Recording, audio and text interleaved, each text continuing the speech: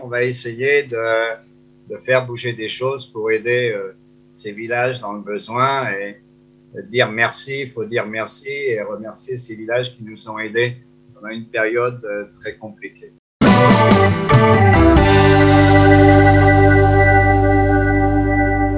Merci d'être avec nous ce matin. Je voudrais qu'ensemble nous parlions de ce petit village qui a été sinistré durant le dernier week-end avec des inondations immenses dans les Alpes-Maritimes. Il s'agit du village de Saint-Martin en Vésubie. Ce petit village a une histoire tout à fait particulière. Et vous qui êtes le président de l'association Alumib des enfants cachés, eh bien vous connaissez cette histoire. Vous allez nous la raconter parce que c'est une histoire émouvante qui nous ramène à la Shoah et à la période, à cette période sombre de l'histoire, lorsque les habitants de ce village ont sauvé, protégé des centaines, voire peut-être même plus de juifs pendant la Shoah. C'est exact. En 1941, les juifs, c'est encore la zone libre, et les juifs de la soi-disant zone libre sont assignés à résidence. Donc, beaucoup de Juifs vont se retrouver dans cette région-là, près de la frontière italienne, dans le nord de Nice, à côté de la frontière italienne, dans des petits villages dont Saint-Martin en Vésubie. Et beaucoup vont se trouver là-bas. Seulement, à partir de 1942, l'armée italienne envahit une partie de la zone sud, après le débarquement des Alliés en Afrique du Nord. Et en septembre 1943, c'est les Allemands qui habitent la région et tout d'un coup, une région qui était plus ou moins protégée, une zone de résidence assignée, mais il n'y avait pas encore de déportation. Tout d'un coup, tout se met à bouger.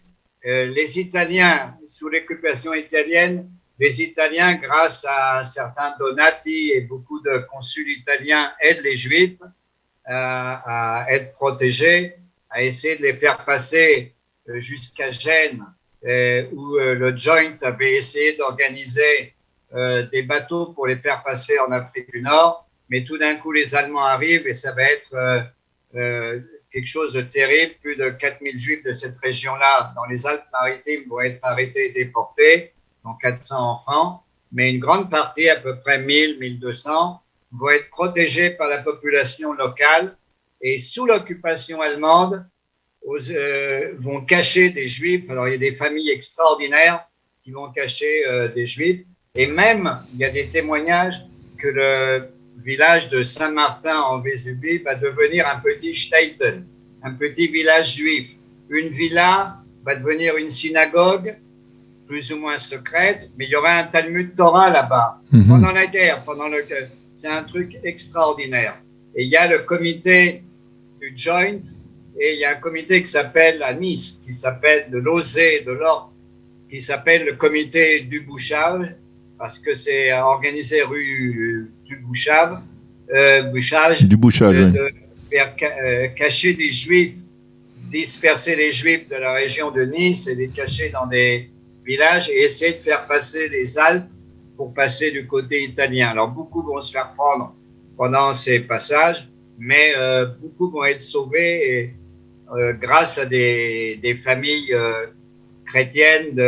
Et c'est un village extraordinaire qui est reconnu comme village de juste. Il y a une organisation en France dirigée par Jean-François Weil, le fils de Simone Weil, qui s'appelle Ville et Village de Juste. Et Saint-Martin en Vésubie est reconnu comme village de juste, un village où on ne faisait pas de différence. On a caché maintenant 1600 personnes du village à peu près, des alentours. Il y a aussi le village de Lantos, qui lui aussi a été détruit maintenant par les inondations. Vont cacher à peu près 1600 personnes, vont cacher à peu près 1200 personnes. À peu près, je n'ai pas les chiffres exacts. Et ça, c'est des choses extraordinaires. Alors aujourd'hui, il y a des plaques qui, en l'honneur des familles qui ont caché, notamment la famille Fougère, la famille Mangon, Caffarel, Rebaud, Franco, Vassalo, Seissi, des gens qui vont accueillir ces Juifs qui parlaient pas très bien bon français, qui parlaient yiddish, qui parlaient un peu allemand. Il y avait également des réfugiés juifs allemands expulsés du Sahara et de Palatina. Et cette région-là va devenir une région où on sauve des juifs. Bien sûr, il va y avoir beaucoup d'arrestations, beaucoup d'essais de faire passer la frontière dans les montagnes vont échouer complètement, hélas. Certains vont réussir, mais très peu. Et donc, ces villages-là et le village alentour sont des villages extraordinaires. Donc, quand j'ai vu qu'il y avait des inondations, ça m'a fait un coup au cœur.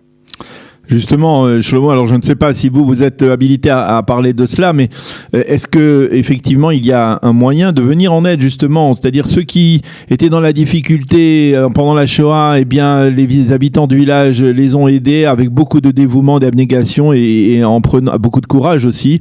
Est-ce qu'il y a un moyen aujourd'hui de venir en aide à ces sinistrés de ce village aujourd'hui, ne serait-ce au niveau de la communauté juive ou peut-être de l'État d'Israël? Est-ce qu'il y a un moyen, vous pensez? Comment pourrait-on s'y prendre pour venir en aide à ces gens-là aujourd'hui? Comme ça m'est traversé l'esprit il y a quelques jours, quand j'ai vu les nouvelles, je ne sais pas, bien sûr, il faut s'organiser, il faut trouver un moyen. Je vais essayer de parler au comité français pour Yad Vashem. J'ai parlé à Yad Vashem, on va essayer pour faire du bruit autour de ça mais je ne sais pas encore comment organiser l'aide. Bien sûr que ça prendra du temps à s'organiser, mais c'est une possibilité. Je cherche des voies actuellement pour trouver le moyen d'aider ces villages-là. Donc, je lance un appel maintenant. Voilà. Ceux qui peuvent aider, je vais essayer de commencer à lever les téléphones. C'est pas facile dans cette période-là, évidemment, de faire bouger beaucoup de choses, mais on va essayer de faire bouger des choses pour aider ces villages dans le besoin et dire merci, il faut dire merci et remercier ces villages qui nous ont aidés pendant une période très compliquée. Eh bien, Shlomo Balzan, merci beaucoup d'avoir été avec nous. Merci beaucoup d'avoir témoigné donc sur cette histoire tout à fait émouvante de ce village Saint-Martin-en-Vésubie, ce village de Juste qui a sauvé des Juifs pendant la Seconde Guerre mondiale, et qui a donc été sinistré la semaine dernière en fin de semaine, donc par dans le cadre des inondations qui ont déferlé sur les Alpes-Maritimes en France. Merci d'avoir été avec nous ce matin et Moadim Lesimcha, bonne fête de Sukkot. Merci et merci à vous de ce message.